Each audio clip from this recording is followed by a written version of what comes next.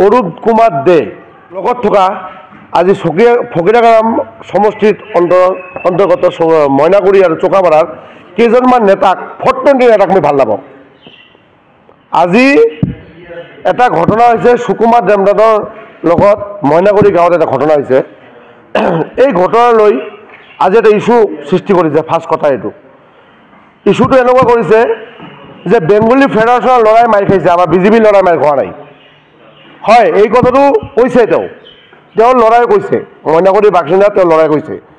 আজি মই এটা কথা ক'ব বিচাৰিছোঁ, সঞ্জয় দেৱনাথ তেওঁ কোন ছেকশ্যনে NLFB কেডাৰে? ফাৰ্ষ্ট কথা মই এইটো কোন ছেকশ্যনে NLFB কেডাৰ? তেওঁ চেয়াৰমেন কোন আছিল? তেওঁ মোৰ ব্যক্তিগত ইস্যু আৰু মোৰ ৰাজনৈতিক দলত যি মানে ঘটনা, তেওঁ মোৰ ফেমিলিক কোৱা কোন হয়?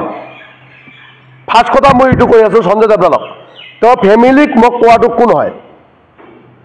আজি মোৰ ফেমিলিক তেওঁ যে কৈ আছিল যে এনেকুৱা ঘটনা হৈছে, মাৰপিট হৈছে, কাজিয়া হৈছে, আজি ফেমিলি কি মই জানে নেকি ৰাজনৈতিক বস্তুটো? মইচোন জানো।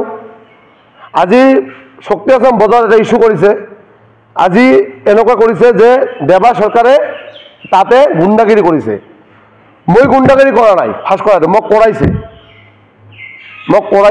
কৰোৱা হৈছে, কৰাইছে তাৰ বাসিন্দা ৰতন সূত্ৰধৰ সঞ্জয় দেৱনাথ কৰাইছে। ফাৰ্ষ্ট কথা এইটো। আজি এই মানে কাৰ্যকলাপ কৰাৰ কাৰণটো হ'ল লোকাল কেইটামান 420 নেতাৰ কাৰণে মই আজি এইটো কৰিবলৈ বাধ্য হৈছোঁ। ফাৰ্ষ্ট কথা মই এইটো।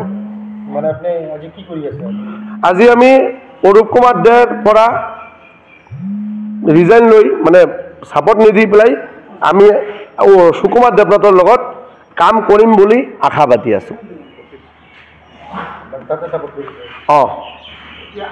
মোৰ ব্যক্তিগত ছাপৰ্ট আৰু কি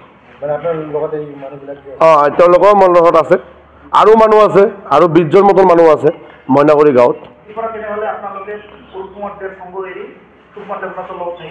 কাম কৰিম, এশবাৰ কৰিম, কিন্তু মইনাগুৰিৰ কেইটামান 420 নেতাৰ কাৰণে মই আজি এই কৰিবলৈ বাধ্য হৈছোঁ। মইনাগুৰি আৰু চকাপাৰা 1 নম্বৰ ৰতন সূত্ৰধৰ, 2 নম্বৰ সঞ্জয় দেৱনাথ হৈছে। আৰু 2 নম্বৰ কথা অৰূপ কুমাৰ দেক মই এটা কথা ক'ব বিচাৰিছোঁ, তেওঁ যদি কিবা প্ৰব্লেমত পৰে বা ফকিৰাগাম সমষ্টি 7 নং সমষ্টিৰ লগত যদি কিবা মানে হাৰা জিতাৰ কোনো প্ৰব্লেম হয়, তেনেহ'লে কেইটামান নেতাৰ কাৰণেই হ'ব। এইটো মই স্পষ্ট ভাষাৰে কৈ দিছোঁ, নেতাৰ কাৰণেই হ'ব। মানে একত্ৰীকৰণ কৰিব নোৱাৰে। ফাৰ্ষ্ট কথা এইটো।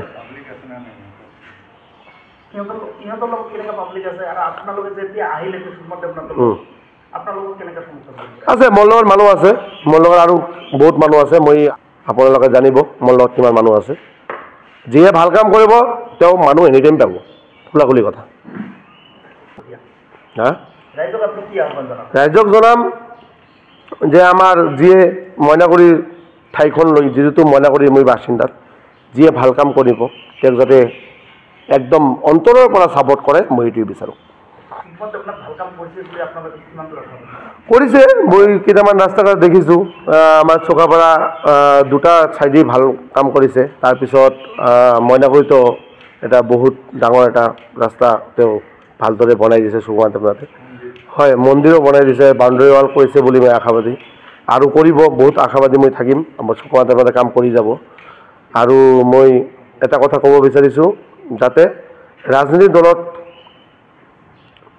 ৰেচাৰেচি হৈ থাকিব, সেইটোলৈ ক'বলগীয়া নাই মোৰ। সেইটো যিয়ে কাম কৰিব ভাল, তেওঁ সেই গাঁৱৰ মানুহে ছাপৰ্ট কৰিব। হয়, মই আজিৰ পৰা সুকুমাৰ দেৱনাথৰ লগত হৈ কাজ কৰিম। যিমান দিন আছে ইলেকশ্যন, সিমান দিন মই কাজ কৰি যাম।